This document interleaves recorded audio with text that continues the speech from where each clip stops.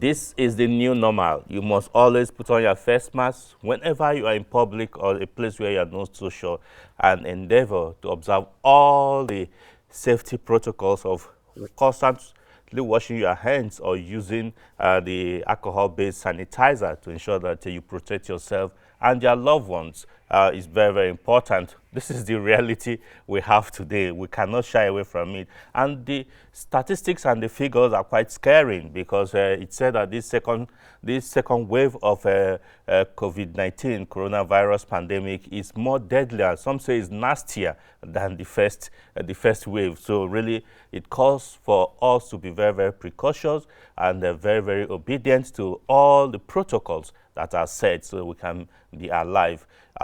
Some people had wished that coronavirus will not enter the new year 2021 with us, but the reality is that it's here and we can't run away from it. While we are waiting for the vaccines to be everywhere, we must all observe all the necessary protocols. Welcome to your program. This is your program, Security Watch Africa. Only on this channel, Africa Independent Television, we give you that information you need to keep your life safe and secure. It's a pleasure presenting this program to you today. My name still remains Patrick Abambu. Today we'll be looking, I have a guest, a knowledgeable guest in the studio with me to join me to look at the fight against terrorism and insurgency in Nigeria in 2020 and project time permitting us, a project for 2021 and further years ahead. But that will be after we bring you this report. Security Watch Africa did an end of year security assessment of Rivers State. You know, Rivers State is very, very important in the economic base of the country, Nigeria, and we'll find out how did the people celebrate, how did they move? Do they have freedom of movement, free from fear of attack or insecurity during the Christmas and New Year celebrations? Sit back as we bring you this report by Ernest Enunekun. The year 2020 will be remembered by many as a year of the unexpected occurrences that has changed the world as we know it, bringing with it what today is a new normal of serious health safety protocols to help fight the novel coronavirus pandemic. Nigeria as a nation has had its own share of the effects of coronavirus, as well as other challenges in 2020, ranging from economic recession, the EndSARS protest, and other insecurity situations in most parts of the country. There's also the usual yearly challenge associated with increase in crime rates as a result of the Christmas and New Year celebrations. But in Rivers State, a critical stakeholder in the economic infrastructure of Nigeria, the story is different, as the state has continued to remain peaceful with almost zero crime, which has helped to sustain the infrastructural development of the state. In the past, the journey from Port Harcourt in Rivers State towards Owerri, Imo State, through Elele has always been full of horrendous experiences due to incessant armed robberies, kidnapping or extortion from security personnel. As part of its end-of-year assessments, Security Watch Africa decided to use the road. We noticed the presence of policemen at intervals, positioned to give confidence to users of the road.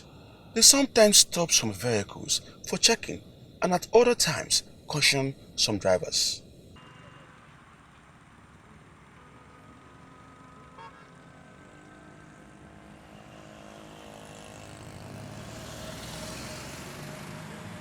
Earlier on, we had interacted with some drivers' union officials at Elele on safety of the road and relationship with the police in Rivers State.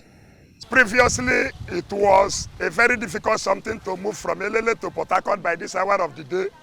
But with the help of the police, you can see the hour of the day, people are still loading, moving from Elele to Port Harcourt. It's a very free, smooth road now. There is no much security challenges any longer. Very difficult for any vehicle and the passengers to move from Elele here to Port Harcourt. There was kidnapping, shooting of drivers. At least in one of the occasions, we lost one of our drivers.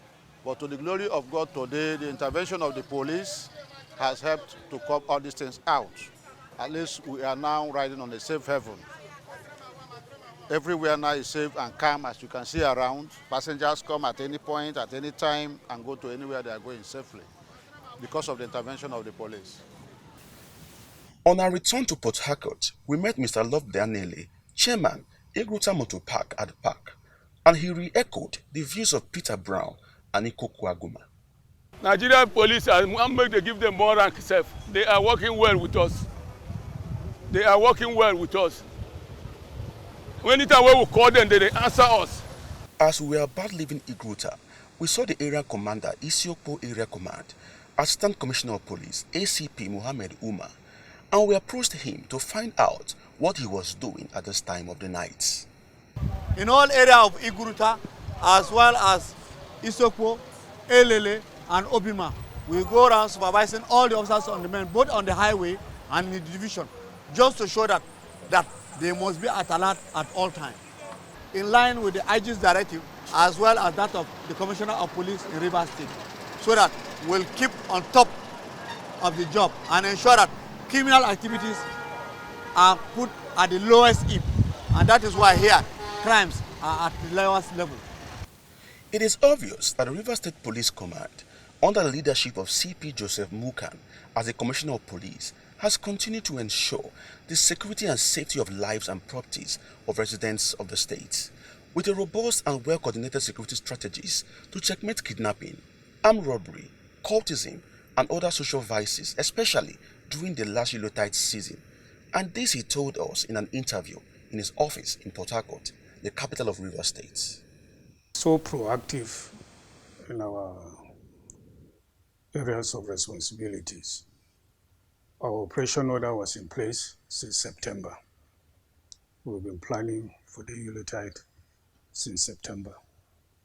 So we're so proactive and make sure that all the necessary deployments are in place, and that was properly deployed, and we were able to achieve what we targeted as a peaceful Yuletide and a peaceful New Year. We're still enjoying the peace, and we continue to ensure that peace is obtained in Rivers State. How was the command able to achieve this, even with the increase in the number of visitors to the states? There's one problem with our men. If you don't supervise and visit them while they are on duty, you will not get the result you want. But when we did the deployment, we ensure that officers constantly visit them on their beat, and this made them to sit up. That's the secret of ensuring that that place is safe. And we embark on motorized patrol along that axis. We're not so much concerned with static stop and search, but basically we ensure that there is a motorized patrol along that area, and with constant supervision we're able to get results. The paramount ruler of Umukrushi clan in Rivers State, His Royal Majesty King Simon Chidi Wokoma, had this to say about the performance of the police in the states. Rivers State has become a safe haven for investors. Where there is no peace, like I said before, there will be no road construction. But the governor and the police command has put in place security measures. The people need the police now, and the police need the people. The government needs us, and we need them. A few days ago, they commissioned several roads, Gokana, Sapem, Ogoni, and others. If there is no place, will you go for commissioning? If there is no peace, there is peace. We are happy. That is dividend of what? The democracy. We are happy.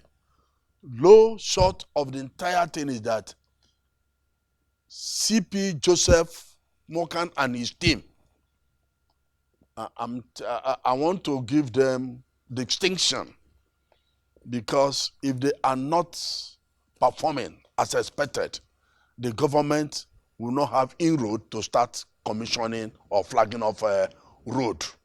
So the thing is that they are doing exceedingly well. The sustenance of the present peace in Rivers State is a collective responsibility, as the police is poised to work harder to continue to ensure that the people of the state are free from fear of crime and insecurity. Ernest Enuneku, Security Watch Africa, Port Harcourt. Welcome back. we must commend the police in Rivers State for doing that wonderfully well. We hope every state will emulate what is happening in Rivers State, being proactive, like the Commissioner of Police did say, so that you'll be able to, don't allow the criminals a way to commit crime, then after you start chasing after them, stop them from committing that crime. And that is what we can see in Rivers State. Kudos to the Rivers State Police Command led by the Commissioner of Police. And we must also commend the Inspector General of Police for allowing his men to do the work, the proper work. We hope that will continue in this year, 2021.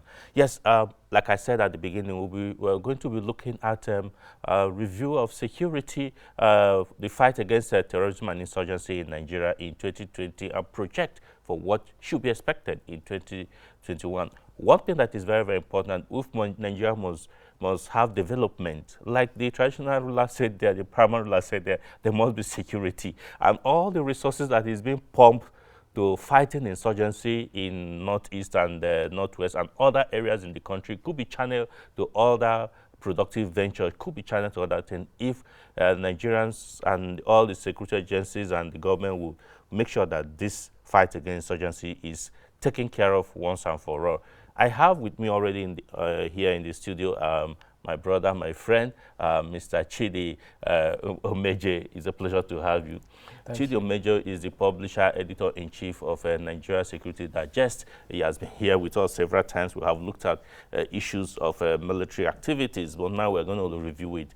Chidi, there's a report. Maybe before I come to you to talk, let's take this report about the operationalization of because the Nigerian army seems to be re-strategizing to improve the fight against this terrorism and insurgency. During the week, they'll professionalize an operation to make sure that all the remnants of these ISWAP and Boko Haram terrorists are taken away from our society. Sit back as we bring you this report by Shirley Daniels.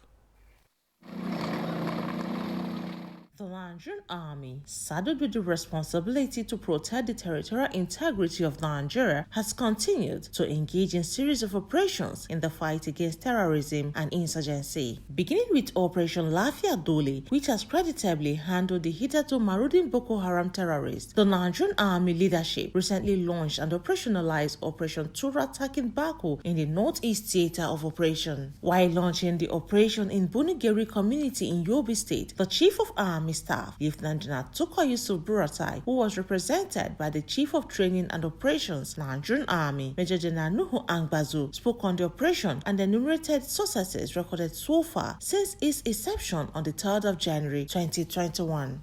The Nigerian Army is fully involved in the ongoing war against terrorism in the Northeast region, codenamed Operation Lafia Dole, in line with its constitutional role in aid to civil authority. Operation Lafia Dole has made tremendous progress since the assumption of Lieutenant General T.Y. Buratai as the Chief of Army Staff in 2015, which resulted in the liberation of all local governments that were hitherto under the influence of the Boko Haram terrorists and Islamic State of West African Province terrorists. The steady progress under Operation Lafia Dole has resulted in the gradual return of internally displaced persons back to their ancestral homes, with the attendant spike in social economic activities, which has led to an improvement in the living standard of our citizens across the Northeast region of the country. Additionally, the daily bombing activities by the terrorists in areas outside the Northeast, including Northwest and North Central, especially Abuja, have been curtailed, with the terrorists being contained within the Operation Lafia Dole theater, and in particular only in Borno State. The enormous successes of the troops of Theater Command, Operation Lafia Dole notwithstanding, recent activities within the theater has indicated a renewed Boko Haram Islamic State West African Province terrorist offensive on soft targets, especially vulnerable civilian settlements around the hitherto Timbuktu Triangle. Indeed, the recent upsurge in insurgents' raid operations with the attendant abduction of some travelers along Road Maiduguri-Damaturu, Road Maiduguri-Biu, as well as the recent skirmishes experienced along Road Damaturu-Biu has necessitated the need for urgent steps to check these unwholesome acts. The current trend, if not neutralized, could result in further attacks on more innocent civilian settlements, the migration of terrorists into Yobe and southern Borno states, with possibility of increased attacks on civilian communities. Therefore, the Nigerian Army, under the leadership of Lieutenant General Tukur Yusuf Buratai, launched Operation Tura Take Bongo to effectively checkmate this situation. Operation Tura Take Bongo has become more expedient as it will boost the efforts by troops of Theater Command Operation Lafia Dole to enable the Nigerian Army to deal with the emerging threats of the terrorists within the northeastern part of the country. The operation is meant to be theater-wide, targeting known insurgent enclaves and hideouts in a very aggressive and offensive manner for total neutralization and clearance. At the end of the operation, it is envisaged that our citizens will be free to move about back to their ancestral homes, conduct their farming and other businesses in a safe and secured atmosphere, devoid of any threats whatsoever and harassments. Shuli Daniels, reporting for Security Watch Africa, Buningeri, Yobe State. Welcome back. Straight to our discussion. Earlier on, I've introduced my guest in the studio with me, Chidi Omeje. You watched that report. You heard what the able General Mbazo did say about their plans. What is your take? Well, thank you, by the way, for having me. My first impression, will be around two things. He said that this particular operation will be aggressive and offensive. You know what it means? It means that it's no longer going to be, a reactive kind of back and allow, yeah, exactly. But now they're going to take the war to the domains of these adversaries. Okay. It means that the army, or the military this time around, because it's going to be, a synergy between the land troop and the air troop and the air power. So now you are going to see. I want to believe that we are going to see a robust offensive from the Nigerian military, going to those areas to make sure they mop up the remnants of this Boko Haram and ISWAP elements. So I'm really proud of what is happening, because it goes to show the dynamism of this particular fight against insurgency and terrorism across board. You see, if you listen carefully, you heard that this particular Operation Tura Take Bongo, it sounds, a mouthful for some people who are not from that area, but it goes to show that our military leaders are still, ingenious, are coming up with ideas to ensure that they re-energize the entire, fight against terror in that axis. And of course, he mentioned also the fact that the global war against terror and banditry within the country, northeast, northwest, when we have the bandits, and of course, north central, where you have kidnapping and all manner of violent crimes going on, will be tackled heads on. I'm really very happy, and I'm sure really that Nigerians are going to see a new lease of life going forward. I think it's a because talking about the North Central, I saw the commander in charge of the Special Forces in charge of North Central, General MJ Ali, with him there, which means it will be extended down here. Absolutely. But looking at 2020, really, because he talked about the successes that have been achieved with Operation Lafia Dole, and but said there seems to be some skirmishes. These people seem to show some presence. Yeah. In 2020, would you say that the fight was good, or they didn't fare very well? In 2020, the fight was a handful. The Nigerian Army had a multiplication of theaters of operations. Yeah.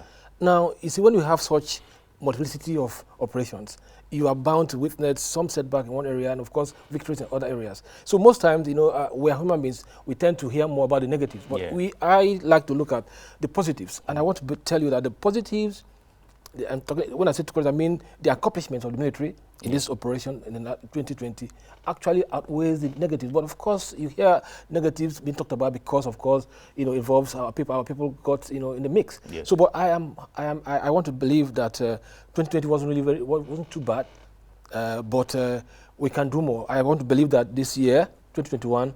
That with this kind of initiative, this current operation, I'm sure they're going to come up with other... Yeah, because immediately after this operation came, over 30 terrorists were killed and several vehicles, their operational vehicles recovered. Yes. So it just goes to tell you the effectiveness of these kind of new initiatives. And I have confidence that the 2021 will even be better, you know, in terms of...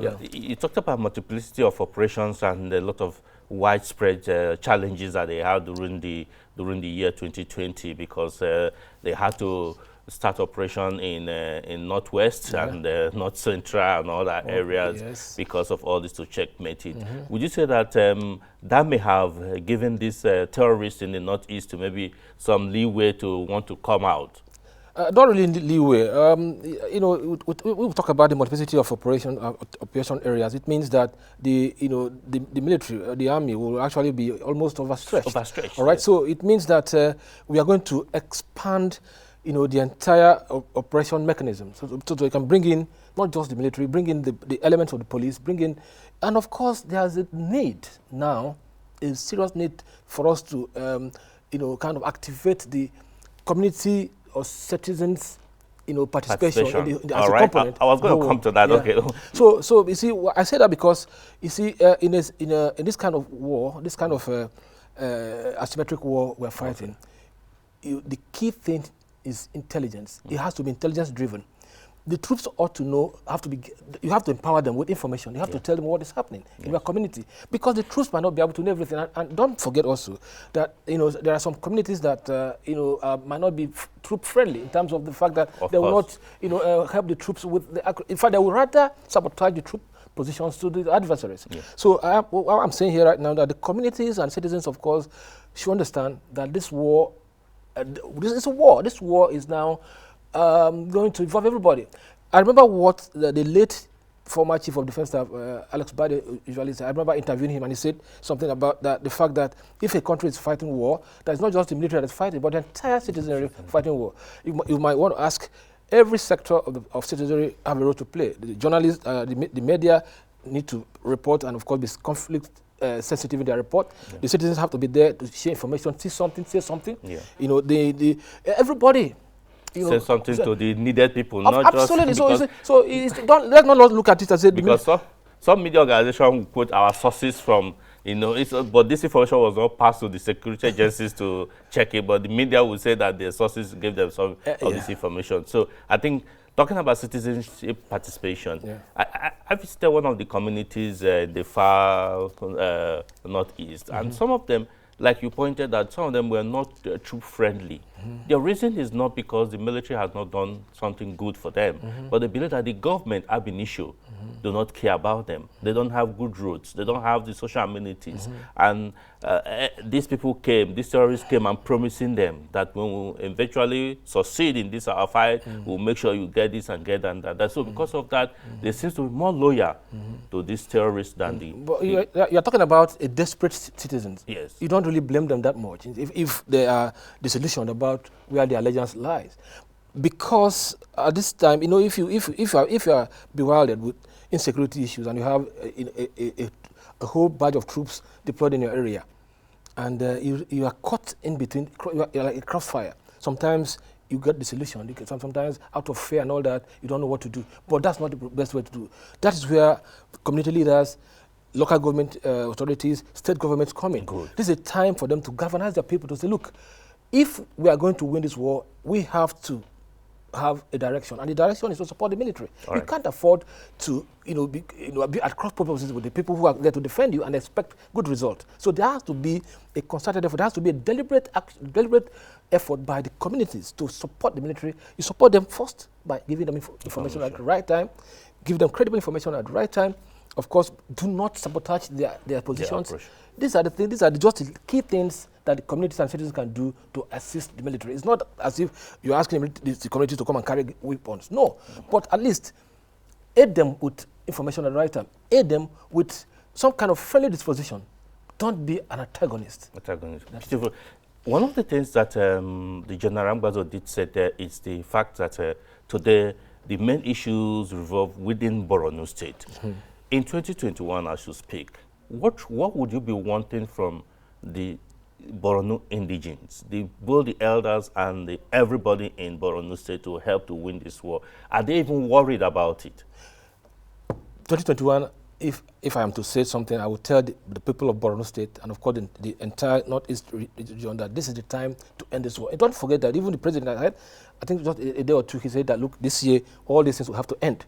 Kidnapping, insurgency, banditry and all that, they have to end. Fine. So if we are going to key into that particular optimism from the president, it means that the people of Borno State must tell them the truth, themselves the truth, and say, what are we not doing right? Because it's not just about abusing the military, or rather blaming the military and everything. We have to understand that there are roles everybody have to play. Exactly. If you are not playing your own role, then don't expect the military to be magicians. You don't expect the military to give you result when actually some elements in the communities are actually sabotaging their positions. All right. What do you expect them to do? That will be our talking point from next week. I would like to have you here in the studio next week so we can look at it, because some of these people, these Borno people, are collecting rent of 20 years. 15 years, 10 years from NGOs, and that tells you that they want them to remain in their communities. Let me absorb. I think we should rather blame those NGOs who are encouraging such rentage from the people. It's when you offer, people take. So let NGOs not ask for such, because they have to show optimism. They have to let the people know that this will end in a year or two, not in 10 years' time or 20 years' time. It's an absurdity, and it shouldn't happen. It shouldn't continue to happen. All right. So, sadly, this is where we must end this program for this week. But next week, we're going to bring you another exciting edition of this program with JD being here with us, and other reports we'll be bringing to you about the need of infrastructure, the essence of infrastructure, how infrastructure can help in checkmating insecurity in the communities. That we'll be bringing to you next week, and other issues that may arise. If you have enjoyed watching us, like we always tell you, we'll go every length to bring you that information you need to keep your life safe and secured. Join us again next week when we'll bring you another exciting edition. Bye for now.